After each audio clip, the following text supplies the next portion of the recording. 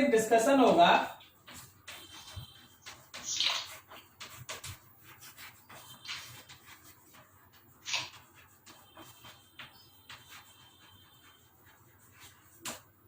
Concept of corona discharge. मान लो जैसे तुम्हारे पास कोई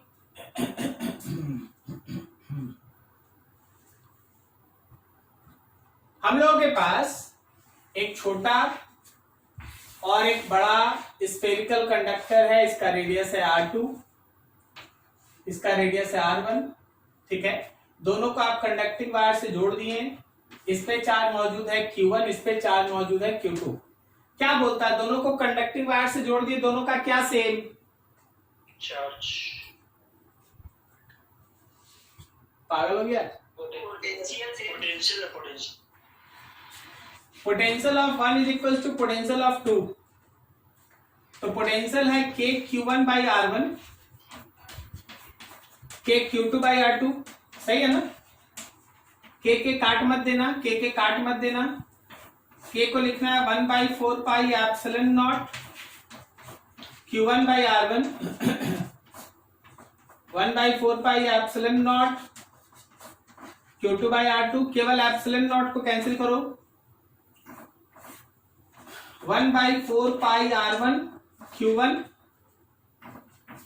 1/4 पाई R2 एंड Q2, सही है। जरा देखना समझना, अगर हम यहां पे R1 का स्क्वायर करेंगे तो एक R1 से मल्टीप्लाई करें, और यहां अगर R2 का स्क्वायर करेंगे तो यहां R2 से मल्टीप्लाई करें। जरा इस पे ध्यान दो, Q/4 पाई R1 का स्क्वायर, क्या ये सिग्मा 1 है? Sigma 1 into R1 is equals to, इस पे गौर करो, क्या ये सिग्मा 2 है? Surface charge density, charge by surface area, sigma 2 into R2। इसका मतलब ये है कि sigma into R1 is sigma into R2, या फिर sigma by 1 by sigma 2 is equals to R2 by R1, या sigma is proportional with 1 by R। ये क्या दिखाना चाहता है, याद करना, जिस दिन हम तुमको चार्ज का डिस्ट्रीब्यूशन पढ़ा रहे थे उस दिन हम तुमको सिखा रहे थे, बार बार बोल रहे थे कि सरफेस चार्ज डेंसिटी जो है वो रेडियस के साथ इनवर्सली होता है। अगर रेडियस हमारे कंडक्टर का रेडियस अगर हम लोगों का यूनिफॉर्म है तो चार्ज का डिस्ट्रीब्यूशन यूनिफॉर्म होता है, याद आ रहा है। और अगर रेडियस ऑफ कर्वेचर हमारे सरफेस का नॉन यूनिफॉर्म होता है तो चार्ज का डिस्ट्रीब्यूशन भी नॉन यूनिफॉर्म होता है। याद करो जो चार्ज डिस्ट्रीब्यूशन हम लोग पढ़े थे, याद आ रहा है? Yes sir. ठीक है, तो यहां से एक और आइडिया आता है कि अगर रेडियस ऑफ कर्वेचर छोटा होगा तो चार्ज डेंसिटी ज्यादा होगा, और अगर रेडियस ऑफ कर्वेचर बड़ा होगा तो चार्ज डेंसिटी कम होगा। मतलब क्या है वो समझ। मान लीजिए जैसे हम लोगों के पास एक कंडक्टर है विद दिस इरेगुलर शेप, या अब हर ये कंडक्टर है, मे बी सॉलिड और हॉलो, कोई फर्क नहीं पड़ता उससे ज्यादा, क्योंकि कंडक्टर है तो जो भी आप चार्ज दीजिएगा वो सब इसका आउटर सरफेस पे ही होगा। देखो समझो, पहले रेडियस ऑफ कर्वेचर के बारे में देखो। कोई हमको बता सकता है कि इसका रेडियस ऑफ कर्वेचर सबसे ज्यादा बड़ा कहां है? एकदम अरे भाई जहां ये फ्लैट है, जहां फ्लैट है वहां रेडियस ऑफ कर्वेचर सबसे बड़ा है, समझा। और जहां ये शार्प है वहां रेडियस ऑफ कर्वेचर एकदम छोटा है। क्या समझ रहा है? समझ में आ रहा तुमको? Yes sir. यहां सबसे छोटा है रेडियस ऑफ कर्वेचर, ये फ्लैट वाला तो लगभग इंफिनिटी है। यहां पे कितना बड़ा है? तो बस बना ले एक स्फीयर, ये ऐसा करेक्ट है। यहां पे कैसा है तो इसको ऐसे बड़ा सा बना लो। समझ में आ रहा है? रेडियस ऑफ कर्वेचर, जो सरफेस जितना ज्यादा फ्लैट होता है उसका रेडियस ऑफ कर्वेचर उतना ही बड़ा होता है, और जितना ज्यादा कर्व होता है उसका रेडियस ऑफ कर्वेचर उतना ही छोटा होता है। क्या समझा? Yes sir. तो अब जरा गौर करो, अगर तुम इसको चार्ज देगा तो चार्ज का रेडियस अगर छोटा है, जैसे यहां रेडियस ऑफ कर्वेचर छोटा है, तो यहां पे चार्ज डेंसिटी ज्यादा होगा, और जहां रेडियस ऑफ कर्वेचर एकदम बड़ा है वहां चार्ज डेंसिटी कम होगा। तो चार्ज इस पे कैसे फैला है, तो चार्ज इस पे इस तरह से डिस्ट्रीब्यूटेड है। समझना, एकदम गौर से समझना है कि चार्ज इस पे ऐसे डिस्ट्रीब्यूटेड, देखो तो समझ में आ रहा है। सबसे ज्यादा चार्ज का डेंसिटी यहां है क्योंकि इसका रेडियस ऑफ कर्वेचर सबसे छोटा है। क्लियर हो रहा है? Yes sir. ठीक है, अब देख, इससे आगे देख, यहां से आगे देख। किसी भी कंडक्टर का नियर सरफेस ऑफ कंडक्टर, कोई भी कंडक्टर के सरफेस के नजदीक चले जाइए भाई, आप देखिएगा उसका इलेक्ट्रिक फील्ड का इक्वेशन होता है सिग्मा बाई एप्सिलॉन नॉट। किसी भी कंडक्टर के अगर आप नजदीक बात करेंगे तो उसका इलेक्ट्रिक फील्ड का इक्वेशन होता है सिग्मा बाई एप्सिलॉन नॉट। ठीक है, यस सर। इसका मतलब यह है कि ई प्रोपोर्शनल सिग्मा, सर इसका मतलब क्या है? इसका मतलब यह है कि जहां चार्ज डेंसिटी जितना ज्यादा होगा इलेक्ट्रिक फील्ड इंटेंसिटी उतना ही ज्यादा होगा। तो चलो जरा इलेक्ट्रिक फील्ड को बनाते हैं। इलेक्ट्रिक फील्ड कंडक्टर के सरफेस के परपेंडिकुलर, इलेक्ट्रिक फील्ड कंडक्टर के सरफेस के परपेंडिकुलर, इलेक्ट्रिक फील्ड कंडक्टर के सरफेस के परपेंडिकुलर।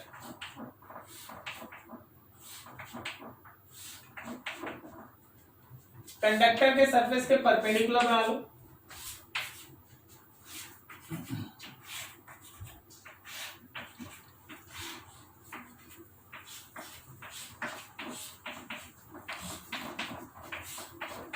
लाइक दैट, ये रहा इलेक्ट्रिक फील्ड का डायरेक्शन।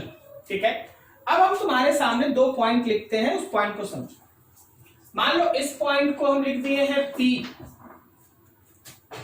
ठीक है, और इस पॉइंट को लिख दिए हैं R। अब यहां पे जरा गौर करना, यहां पे जरा गौर करना कि रेडियस जो P पे है वो रेडियस R से काफी छोटा है। इसका मतलब सिग्मा जो P पे है वो सिग्मा R से बड़ा है, तो इलेक्ट्रिक फील्ड जो P पे है वो इलेक्ट्रिक फील्ड R से बड़ा है। क्या सही जा रहा है? Yes sir. कोई दिक्कत किसी को यहां तक समझने में? No sir. कोई नहीं। अब जरा सोचो कि होता क्या है, एक टर्म आता है that is called electric breakdown.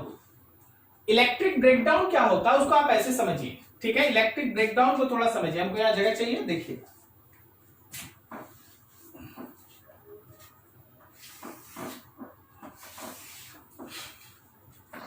This is called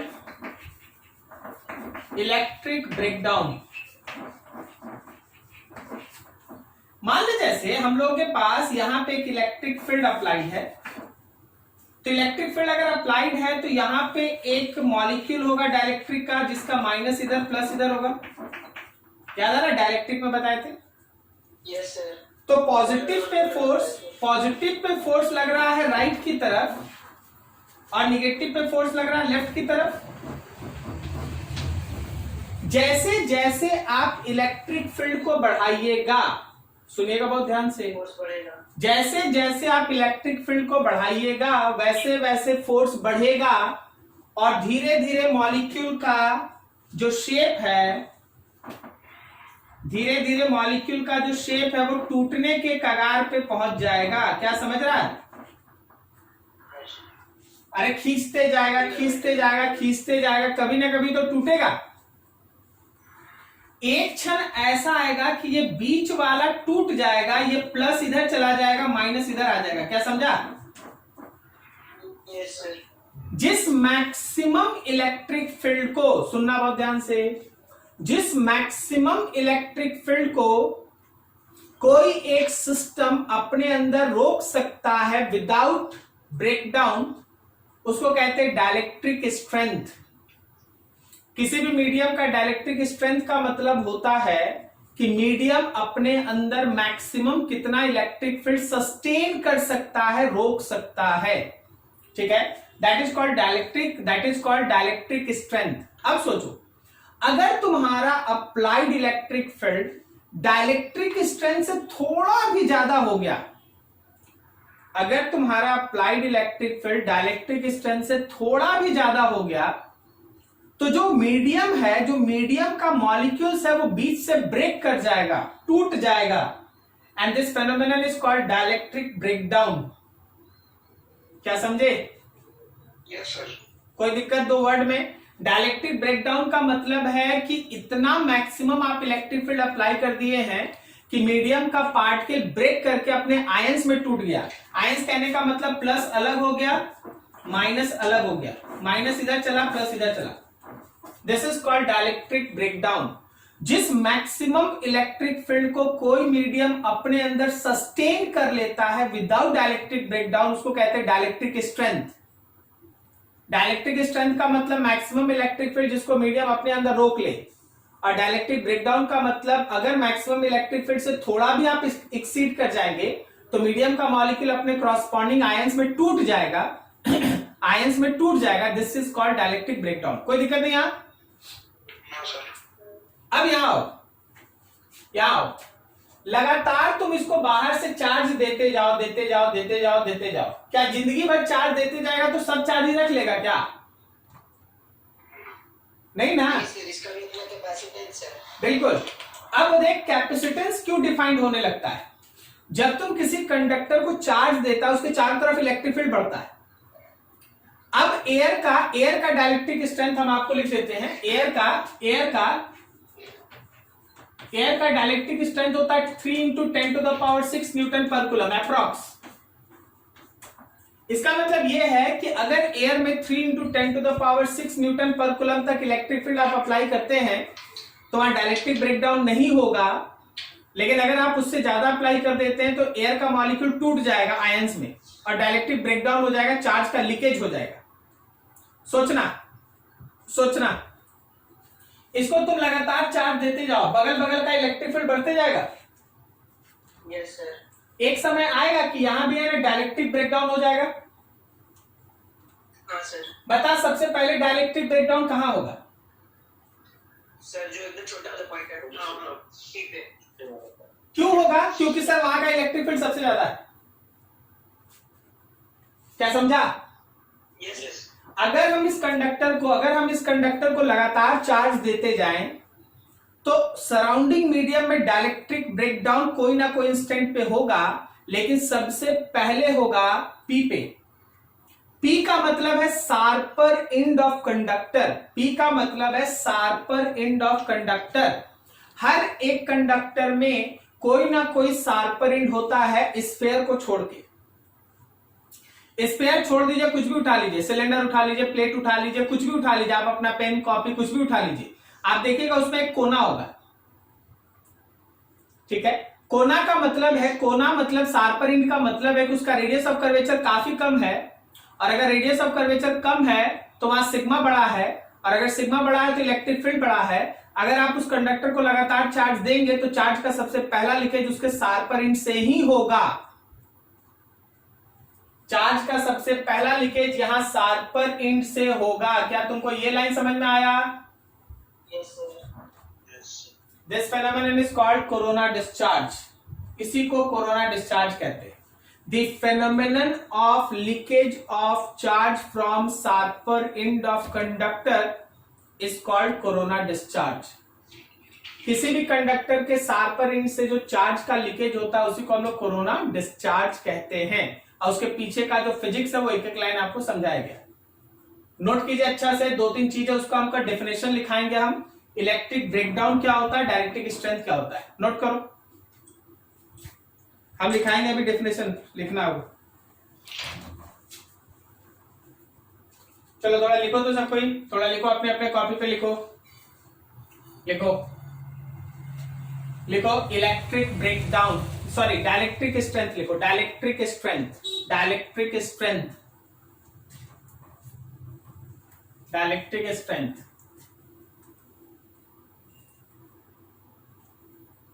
लिखना। The maximum electric field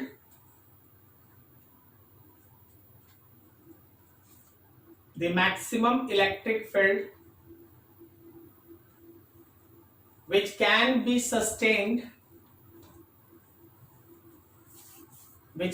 sustained by any medium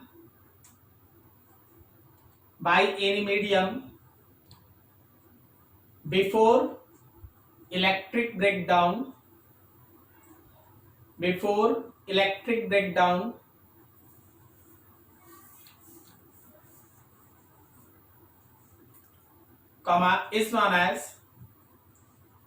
is known as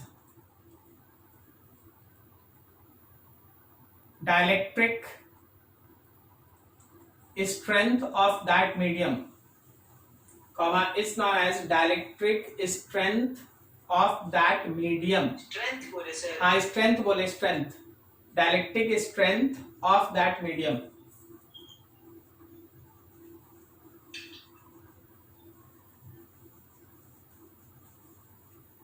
हो गया सभी का? Yes sir. चलो अगला लिखो, इलेक्ट्रिक ब्रेकडाउन, ये वाला electric breakdown,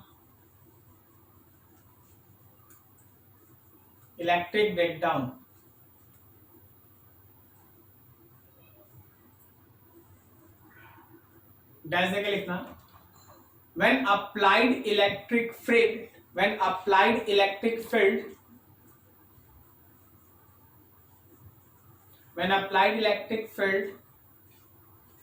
is greater than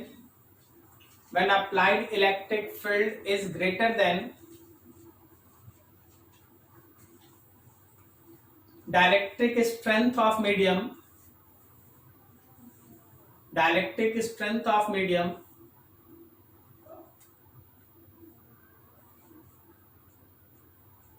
then dielectric molecules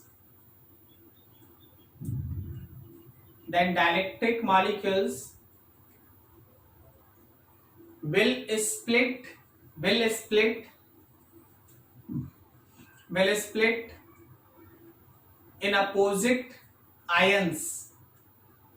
split in opposite ions.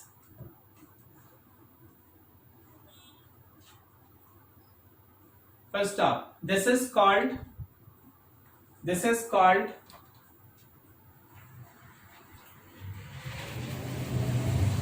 dielectric breakdown. This is called dielectric breakdown.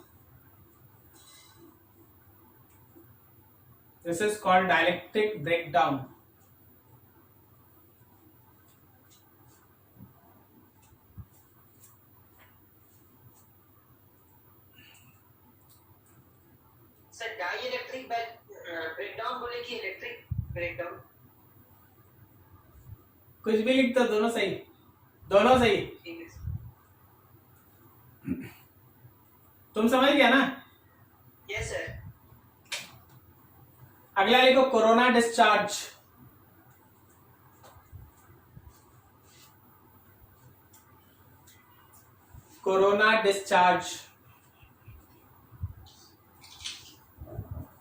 कैसे के लिखना? सबको याद रहेगा सर। हाँ, वो तो जिंदगी भर, अब कभी कोई वर्ड भूलेगा ही नहीं।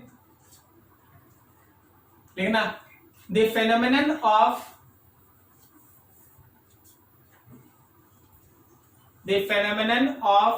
Leakage of charge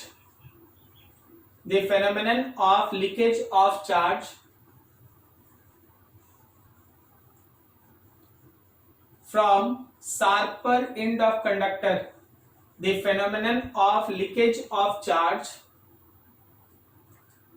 from sharper end of conductor,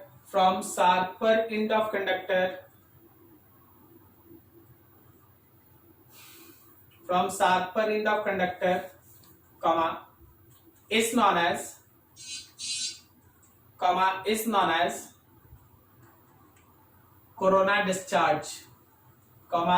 as corona discharge.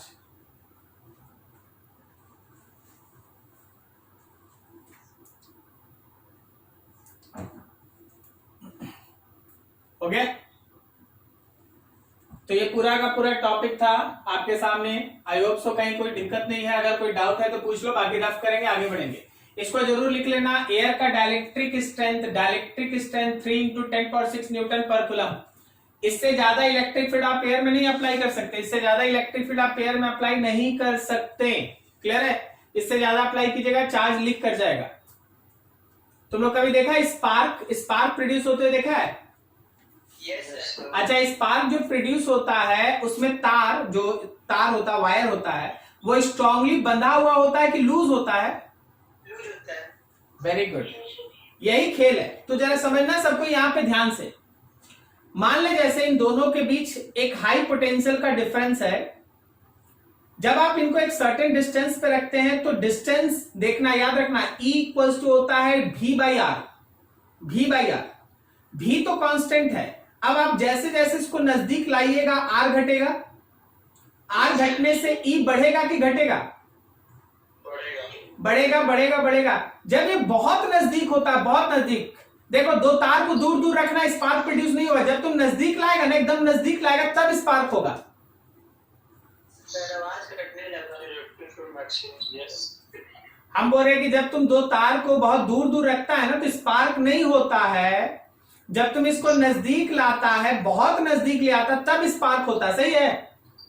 Yes sir. इसके नजदीक लाने से होता क्या है ना कि इलेक्ट्रिक फील्ड बढ़ता है। जब ये काफी नजदीक आ जाता है, इलेक्ट्रिक फील्ड इसको पार कर जाता है, और जैसे ही इलेक्ट्रिक फील्ड पार करता है, ये इलेक्ट्रिक ब्रेकडाउन होता है। और इलेक्ट्रिक ब्रेकडाउन का मतलब चार्ज एक्सेलरेट हो गया। और एक्सेलरेटेड चार्ज क्या क्या प्रोड्यूस करता है? इलेक्ट्रिक फील्ड, मैग्नेटिक फील्ड और EM वेव। सही ना? इलेक्ट्रोमैग्नेटिक वेव का मतलब लाइट है भाई, तो आपको लाइट दिखाई देता है। क्या समझ में आया? Yes sir. इसीलिए तार को जब आप बहुत नजदीक लाइएगा ना, तभी स्पार्क होगा, और अगर उसको कस के बांध दीजिएगा, बीच का गैप खत्म कर दीजिएगा, देयर इज नो स्पार्क, क्योंकि अब इलेक्ट्रिक फील्ड। समझ गए ना? तो ये कॉन्सेप्ट। Yes sir. चलिए अब आगे बढ़े।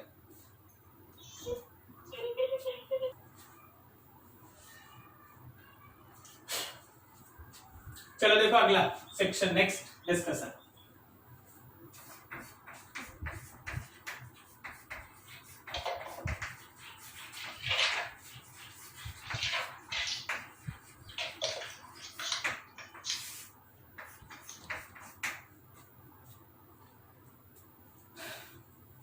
Self energy and interaction energy. There are two words, self energy and interaction energy. Very interesting, जरा ध्यान से देखिए। मान लो let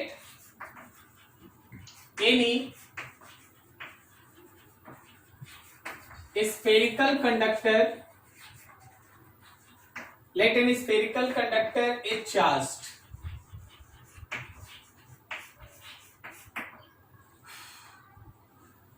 मान लो जैसे ये मेरे पास एक स्फेरिकल कंडक्टर है जिसका रेडियस है R, और इसको आप Q चार्ज किए हैं। शुरुआत में इसका चार्ज तो 0 था, ठीक है?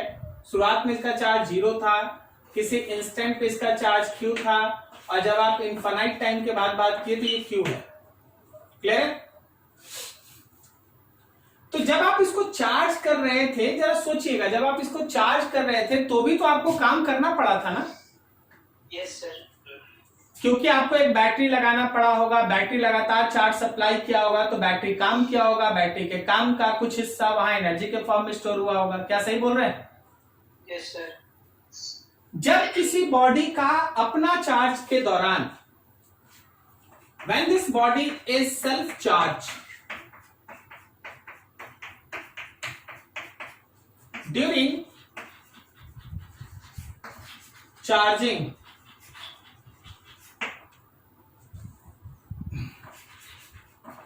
the energy stored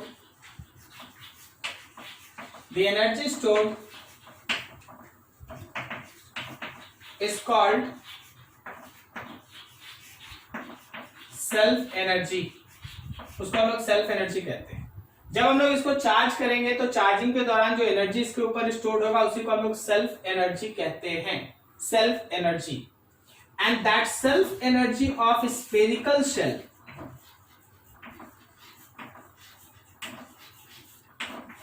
is nothing else but simply q square by 8 pi epsilon naught r. याद रखना ये कुछ नहीं है, ये q स्क्वायर बाय 2c है, 2c, c कितना होता है स्क्वायर का, 4 पाई एप्सिलॉन नॉट r होता है ना, यस सर। तो 2 से मल्टीप्लाई कर दिए तो 8 पाई एप्सिलॉन नॉट r हो गया, कोई दिक्कत नहीं। ये स्फेरिकल कंडक्टर था। जब आप इसमें कोई सॉलिड स्फीयर लेते हैं ना, let any solid sphere of charge q, ये तुम्हारे पास एक सॉलिड स्फीयर है और इसमें है ना चार्ज q ऐसे डिस्ट्रीब्यूटेड है, रेडियस r है, चार्ज q है। याद रखना इसका सेल्फ एनर्जी होगा इसका सेल्फ एनर्जी का सीधा फॉर्मूला याद रखिए, 3q square by 20 pi epsilon naught r, 3q square by 20 pi epsilon naught r, ये इसका सेल्फ एनर्जी। तो सॉलिड स्फीयर का सेल्फ एनर्जी, जब आप सॉलिड स्फीयर में पूरा q चार्ज स्टोर कर रहे थे एप्सिलॉन नॉट r, और यही काम जब किसी स्फेरिकल कंडक्टर में करते हैं then it is q square by 8 pi epsilon naught r। एकदम फॉर्मूला याद रखना सेल्फ एनर्जी। स्कूल में ये स्कूल टॉपिक में ये चीज अब इन्वॉल्व नहीं है। अब सुनिए जरा इसका यूज क्या है। देखिए हमसे है ना 2-3 बार है ना साइल का 1-2 क्वेश्चन मेरे पास पहुंचा था, उस समय मना कर दिए थे। देख समझना, 2 तरह के क्वेश्चन पे ध्यान देना, तुमको इसका अंतर स्टार्ट में समझेगा। तुम्हारे पास बोला गया कि ये Q एनर्जी रखा है, ये Q रखा है चार्ज, उनके बीच का डिस्टेंस R है, सिस्टम का एनर्जी बताओ। और एक दूसरा क्वेश्चन है कि ये एक स्फेरिकल कंडक्टर है, ये भी एक स्फेरिकल कंडक्टर है, इसका रेडियस स्मॉल r है, इसका भी रेडियस स्मॉल r है। मान लो यहां से यहां तक का डिस्टेंस है 3r, इस पे चार्ज q है, इस पे चार्ज q है, सिस्टम का एनर्जी बताओ। क्या समझ में आ रहा है दोनों क्वेश्चन में अंतर? Yes sir. पहले वाले में तो कूलम होते हैं, बेसिक और ज्यादा होते हैं, क्योंकि पहला वाला में जो आप एनर्जी लिखते हैं that energy is called interaction energy. पहला वाला में जो आप एनर्जी लिखते हैं that energy is called interaction energy. मतलब अभी तक जो आप एनर्जी टर्म पढ़ के रखे हैं ना वो इंटरैक्शन एनर्जी है। इंटरैक्शन एनर्जी का मतलब होता है due to force of interaction between, due to electrical force of interaction there is some energy exist which is called interaction energy. तो जो भी तुम पोटेंशियल एनर्जी में पढ़ा था ना लंबा चौड़ा फॉर्मूला सब, वो सब है ना इंटरैक्शन एनर्जी था। आपस में फोर्स ऑफ इंटरैक्शन की वजह से सब नजदीक लाएंगे, दूर ले जाएंगे, इंफिनिटी से लाएंगे, ये करेंगे वो करेंगे। वो क्या था, दोनों के बीच के फोर्स की वजह से you have to do some work. नहीं समझा? दोनों में फोर्स की वजह से you have to do some work and your work will be stored as a potential energy, that is called interaction energy. But यहां क्या है कि यहां पे चार्जिंग के दौरान जो एनर्जी स्टोर हो रहा है, यहां फोर्स ऑफ इंटरेक्शन नहीं है, यहां चार्जिंग के दौरान जो एनर्जी स्टोर हो रहा है this is called self energy, उसको कहते हैं सेल्फ एनर्जी। क्या दोनों में अंतर समझ में आया? Yes sir. पहला वाला में कौन सा एनर्जी इंटरैक्शन एनर्जी, और दूसरे वाले में कौन सा एनर्जी? Self energy. हो गया गलती फिर। दूसरे वाले में interaction plus self, yes sir. और पहले वाले में केवल इंटरैक्शन। क्या दूसरे वाले में फोर्स ऑफ इंटरैक्शन नहीं है? Yes sir. तो फर्स्ट वाला, पहला वाला मान लीजिए ए लिख दिया, ये बी लिख दिया, नंबर के लिए देख लो। पहले ए बनाएंगे तो ए में जो सिस्टम का एनर्जी होगा वो केवल और केवल इंटरैक्शन वाला एनर्जी होगा, जो आज तक फॉर्मूला पढ़ते आया के Q1 Q2 बाई R। हो गया आंसर। लेकिन जब हम बी बनाने जाएंगे तो जो हम सिस्टम का एनर्जी लिखेंगे उसमें सिस्टम का सेल्फ एनर्जी भी लिखेंगे और सिस्टम का इंटरैक्शन एनर्जी भी लिखेंगे। सेल्फ एनर्जी भी लिखेंगे और सिस्टम का इंटरैक्शन एनर्जी भी लिखेंगे। सेल्फ एनर्जी में दोनों स्फेरिकल कंडक्टर का लिखेंगे Q square by 8 pi epsilon naught R एक का, फिर दूसरे का लिखेंगे Q square by 8 pi epsilon naught R दूसरे का, प्लस अब सेल्फ लिखेंगे, अब इंटरेक्शन लिखेंगे Q1 Q2 by 4 pi epsilon naught R के जगह पे सेंटर से सेंटर का डिस्टेंस 3r। क्या समझ में आया? नहीं समझा? यस ये सेल्फ एनर्जी है एक स्फीयर का, ये सेल्फ एनर्जी है दूसरे स्फीयर का, और ये इंटरैक्शन एनर्जी है Q1 Q2 बाई आर का। समझ पा रहे आप लोग? Yes sir. सब नहीं समझ पा रहा लग रहा है भाई। किसी को भी डाउट है प्लीज प्लीज प्लीज बता दो थोड़ा कि हाँ सर थोड़ा दिक्कत हो रहा है, समझा दीजिए फिर से। कोई नहीं? अच्छा नोट करो, हो सकता है जब दोबारा पढ़ेगा तो दिक्कत हो जाएगा, थोड़ा पढ़ लो फिर से, फिर डाउट होगा फिर पूछ लेना। किसी को कोई डाउट? No sir. तुम चुप रहो थोड़ा, बाकी से सुनने दो। किसी को कोई डाउट? कोई नहीं? No sir. अच्छा ठीक है, फिर आप बता, जब नहीं डाउट है तो फिर बताओ। आज तक हम लोग सेल्फ एनर्जी नहीं पढ़े थे, फिर भी बहुत सारा क्वेश्चन हम लोग एनर्जी पे बनाए हैं, सही है ना? Yes sir. कारण बताओ।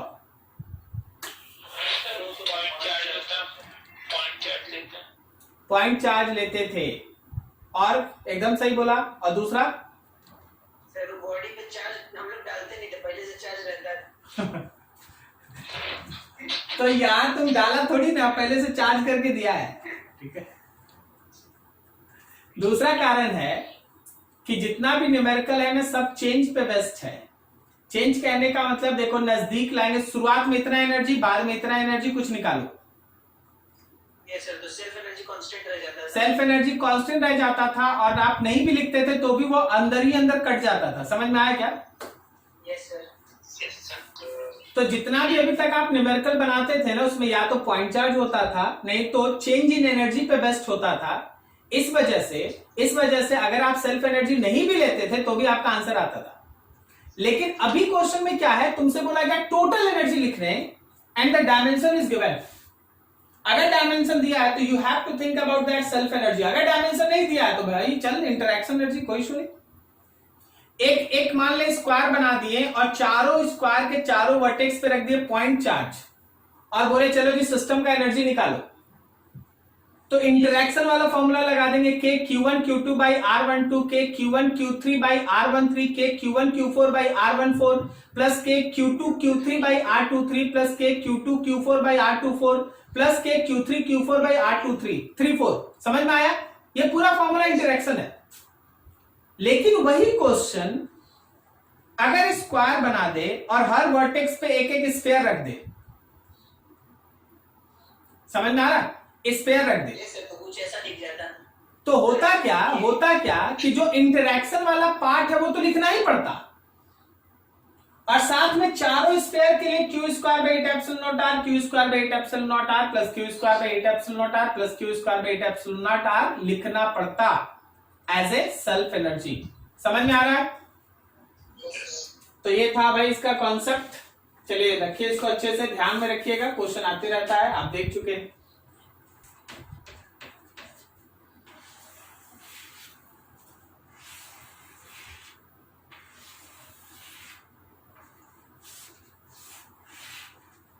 हर किसी का रेडियस है कैपिटल आर, और हर किसी के ऊपर चार्ज है क्यू।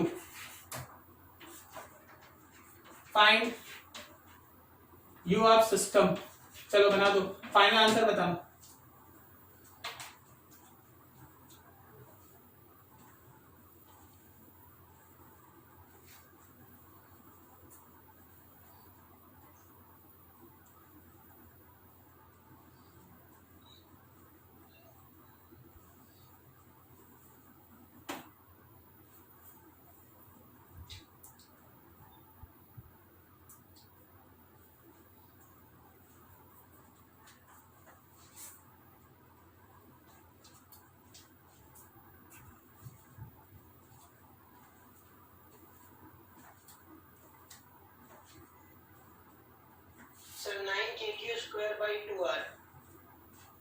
और आने दो।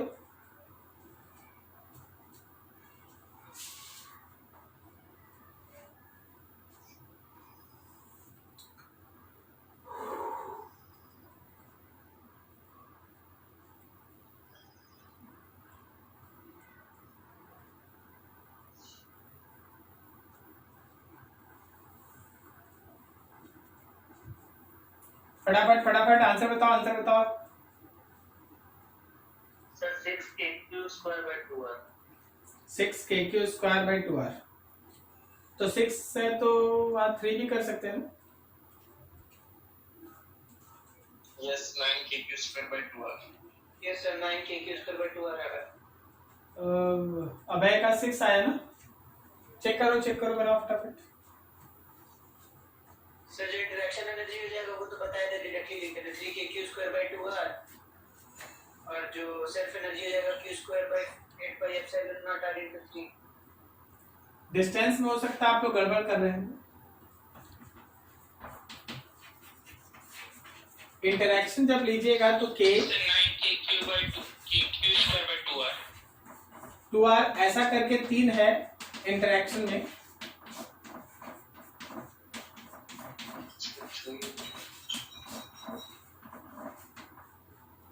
तो ये हो गया हम लोग का 3kq²/2r। ये अभी इंटरेक्शन है।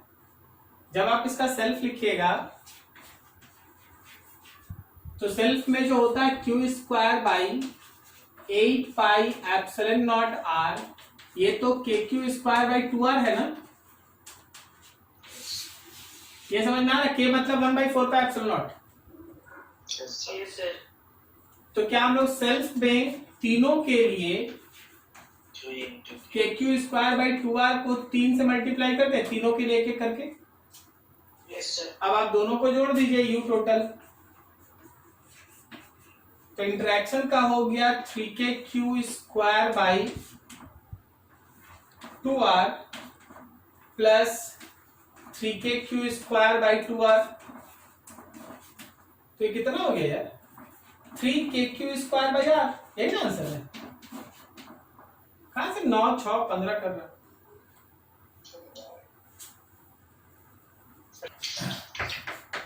क्वेश्चन देखो और समझो। ये मेरे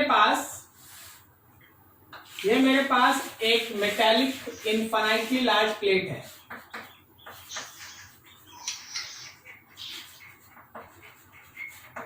कंडक्टिंग प्लेट। इस कंडक्टिंग प्लेट से d डिस्टेंस अवे यहां पे एक चार्ज है +q। इस कंडक्टिंग प्लेट से d डिस्टेंस अवे वहां एक चार्ज है +q। तुमसे बोला गया कि कंडक्टिंग प्लेट और उस चार्ज के बीच फोर्स कैसा लगेगा, अट्रैक्टिव या रिपल्सिव। अट्रैक्टिव। क्यों अट्रैक्टिव होगा? रिपल्सिव। अच्छा रिपल्सिव क्यों होगा? दोनों पॉजिटिव चार्ज है। कौन तुमको बोल दिया पॉल प्लस है? हम तो नहीं बोले। दोनों में से अब तुम नहीं तुम्हारे सोचने के लिए ना छोड़े हैं, हम कहा बोले। तुम अपने से सोचो कि दे विल अट्रैक्ट और रिपेल। कैसे कुछ भी हो सकता है? इंडक्शन के हिसाब से अगर यहाँ प्लस है तो यहाँ माइनस ही ना आएगा। Yes sir. तो प्लस और माइनस रिपेल करेगा। नहीं। तो देखिए होगा क्या, सुनिएगा। बोला गया कि यहां से d डिस्टेंस अवे है भाई, तो चलो फाइंड फोर्स ऑफ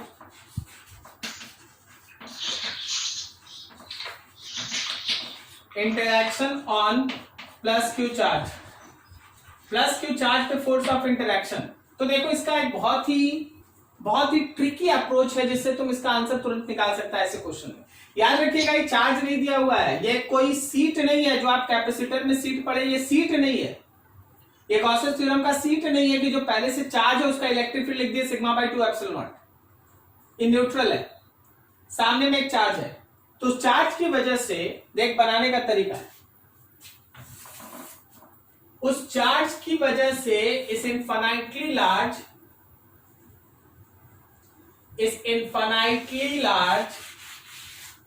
सीट के ऊपर इस प्लस क्यू के कारण माइनस डेवलप होगा। This is negative charge induced. ये नेगेटिव चार्ज इंड्यूस्ड है, ठीक है, नेगेटिव चार्ज इंड्यूस्ड। क्लियर है? अब जरा सोचो कि अगर आप नेगेटिव चार्ज इंड्यूस्ड किए तो आप सोचिए तो इस माइनस और प्लस के बीच आप फोर्स कैसे निकालेंगे? तो स्टूडेंट के दिमाग में आता है कि सर आप यूज कर लीजिए कैलकुलस, ठीक है, लेकिन ध्यान रखना कैलकुलस यूज करेगा तो इतना बड़ा ये सीट है कि तुम इंटीग्रेशन में ही फंस जाएगा। तो इसका भी एक ट्रिक दिया गया। ट्रिक ये बोला गया कि आप उस पर्टिकुलर सीट को एक मिरर मान लें, मेटालिक सीट एज मिरर। अच्छा, मिरर में जब तुम लेफ्ट हैंड देखता है तो वो तुमको कौन सा हाथ दिखाता है? तो मिरर में अगर तुम प्लस देखेगा तो वो कौन सा दिखाना चाहिए?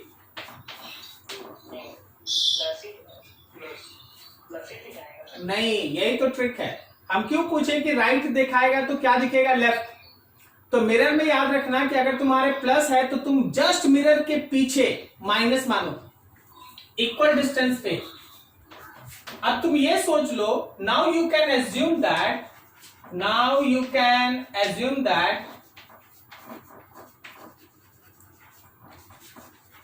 क्या एज्यूम कर लें? आप ये एज्यूम कर लें कि मेरे पास एक माइनस क्यू है और मेरे पास एक प्लस क्यू और इनके बीच का डिस्टेंस 2d है, और जो निकालना है निकालिए। क्या समझ में आया? फोर्स निकालना था तो फोर्स लिख लो। Force of interaction will be equals to k q divided by distance का स्क्वायर। अब डिस्टेंस हो गया 2d, के q divided by distance 2d का स्क्वायर। क्लियर है? कोई बोल दिया नहीं जी एनर्जी निकालो, एनर्जी निकालो। कौन सा? सेल्फ के इंटरैक्शन। तो इंटरैक्शन तो हो गया के Q1 Q2 divided by 2d, ये उसके बीच का एनर्जी होगी। तो आप जो चाहे निकाल सकते हैं। तरीका क्या है कि जो न्यूट्रल, याद रखिएगा कंडक्टिंग प्लेट कैसा था? न्यूट्रल था। जो हम लोग का न्यूट्रल कंडक्टिंग प्लेट है उसको एक प्लेन मिरर से रिप्लेस कर देंगे, और रिप्लेस करने के बाद जो फेनोमेनन है वो एक एक करके सामने। क्लियर है? वेरी इंपॉर्टेंट, बस एक कॉन्सेप्ट है। हाँ, नोट करो इसको। पॉजिटिव चार्ज होगा वो रिड्यूस होगा, उसके कारण घटेगा नहीं। क्या घटना चाहिए बोलो ना? फोर्स, नेट फोर्स घटेगा मतलब जैसे कि सर जो नेगेटिव चार्ज जितना इंड्यूस हुआ उतना ही पॉजिटिव चार्ज आएगा उसके दूसरे साइड पे। अच्छा, रुक जाओ, ठीक है। सीट और प्लेट में अंतर है। Yes sir. सीट जब बोला ना तो जिधर हम लोगों का प्लस है बस उसको प्लस को लेके चलो, अगर उधर माइनस है तो उस माइनस को लेके चलो, उसके बैक साइड के बारे में थिंक मत करो। Yes sir. ठीक है? तो याद रखना कि ये हम लोगों के पास है ना कंडक्टिंग प्लेट हम लिख दिए हैं, कोई इशू नहीं, आप सीट लेके चले क्योंकि एक ही फेस पे चार्ज होगा, दूसरे फेस पे चार्ज होगा ही नहीं। आप ऐसा चीज तो बहुत बार किए हैं ना, आप देखिएगा हम आपको कुछ याद दिला दे, जरा सोच के बताना। इस पे ऐसे चार्ज हो, क्लियर? Yes sir. इस पे ऐसे चार्ज, लेकिन बट अगर हम तुमसे ये कह दें कि देख भाई सामने में एक माइनस क्यू है, तो क्या बोलता है कि इस पे कभी पीछे फेस पे रहेगा चार्ज? इसके पिछले फेस पे चार्ज रहेगा? नहीं रहेगा। तो बस हम यही बता रहे हैं कि आप याद रखिए कि आप सामने में लगा के रखे अगर ये चार्ज तो सारा माइनस यहां रहेगा, पीछे कुछ होगा ही नहीं। Like that. यस। नोट कीजिए इसको अच्छे से।